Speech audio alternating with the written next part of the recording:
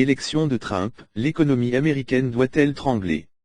Le projet économique du futur locataire de la Maison-Blanche pourrait en théorie plonger les États-Unis en récession.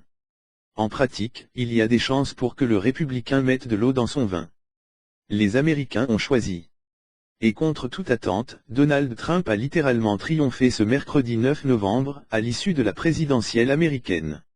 Il va donc pouvoir tenter d'appliquer un programme économique qui conjugue des baisses d'impôts massives pour les entreprises et les ménages, d'énormes dépenses d'investissement, 1000 milliards de dollars, et la remise en cause des accords de libre-échange impliquant les États-Unis. Il avait même un temps agité le spectre du retrait des États-Unis de l'OMC.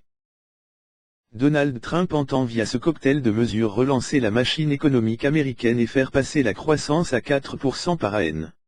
Ce qui n'a clairement pas convaincu les économistes.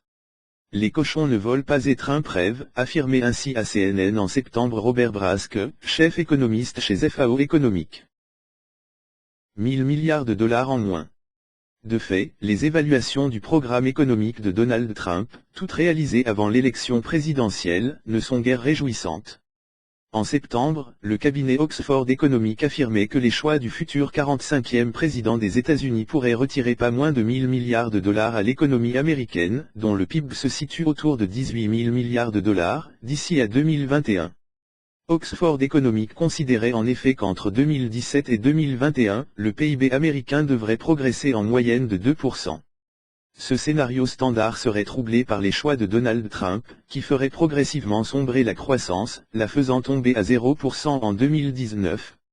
La faute notamment aux politiques migratoires et commerciales de Trump qui auraient pour effet de renchérir le coût du travail mais aussi le coût des matières premières. En juillet, Moody's avait livré un verdict similaire. À court terme, les baisses d'impôts de Trump devraient donner un coup de pouce à l'économie. Moody's voit ainsi la croissance en 2017 à 3,7% avec Trump contre 3% dans un scénario standard. Les baisses d'impôts auront un effet positif sur le court terme, libérant du revenu pour les ménages et dégageant de la trésorerie pour les entreprises, confirme Jean-Louis Mourier, économiste chez Orel BGC. À plus long terme, les choses se corsent. Sur la période 2016 à 2020, l'agence de notation table sur une croissance de 2,3% en moyenne, dans son scénario standard.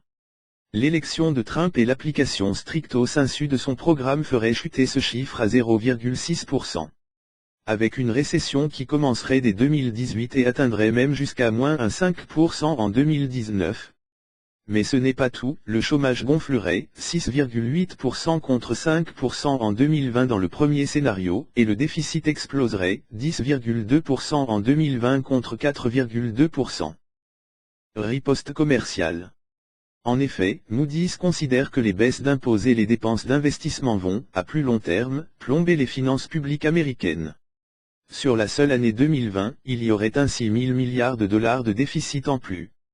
Un effet domino jouerait ensuite, l'explosion du déficit ferait remonter les taux d'intérêt et alourdirait les coûts d'emprunt pour les ménages et les entreprises, accélérant la récession. Comme Oxford Economics, Moody's considère que la politique migratoire et commerciale de Trump va réduire la quantité de main-d'œuvre et augmenter les coûts d'approvisionnement des entreprises.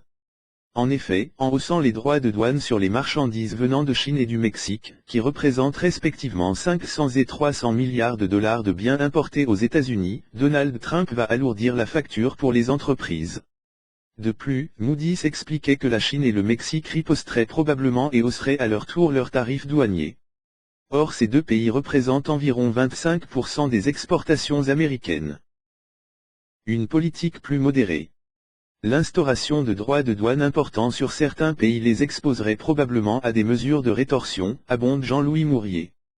Toute une partie de l'industrie américaine dont l'activité dépend de la demande étrangère serait affectée et le coût de l'électronique grand public américaine, par exemple, serait renchéri, puisqu'elle est produite à l'étranger. Attention au prix de l'iPhone donc. Voilà pour le scénario catastrophe. Mais dans les faits, il y a de bonnes chances que Trump mette de l'eau dans son vin. Beaucoup va dépendre de la façon dont il va modérer ses politiques économiques. Et son discours à l'issue des élections, dans lequel il loue Hillary Clinton plutôt que la critiquer, laisse penser qu'il peut devenir un homme d'État à la place du démagogue qui a agité la campagne présidentielle, souligne Paul Ashworth, économiste chez Capital Economic, qui rappelle que ce discours avait permis au marché de se ressaisir. Enfin et non des moindres, Donald Trump n'a pas toutes les marges de manœuvre qu'il souhaite pour faire passer ces mesures. Dans une note publiée ce mercredi 9 novembre, l'économiste de Banque nationale de Paris Paribas Alexandra Estio, spécialiste des États-Unis, explique qu'il risque d'y avoir des points de divergence avec le Congrès républicain. Si cela ne devrait pas être le cas pour les baisses d'impôts, Alexandra Estio juge en revanche que Donald Trump n'a que peu de chances de faire passer la hausse du salaire minimum et les dépenses d'investissement de 1000 milliards de dollars. Elle doute également que la renégociation ou la dénonciation des accords de libre-échange soit validée par le Congrès.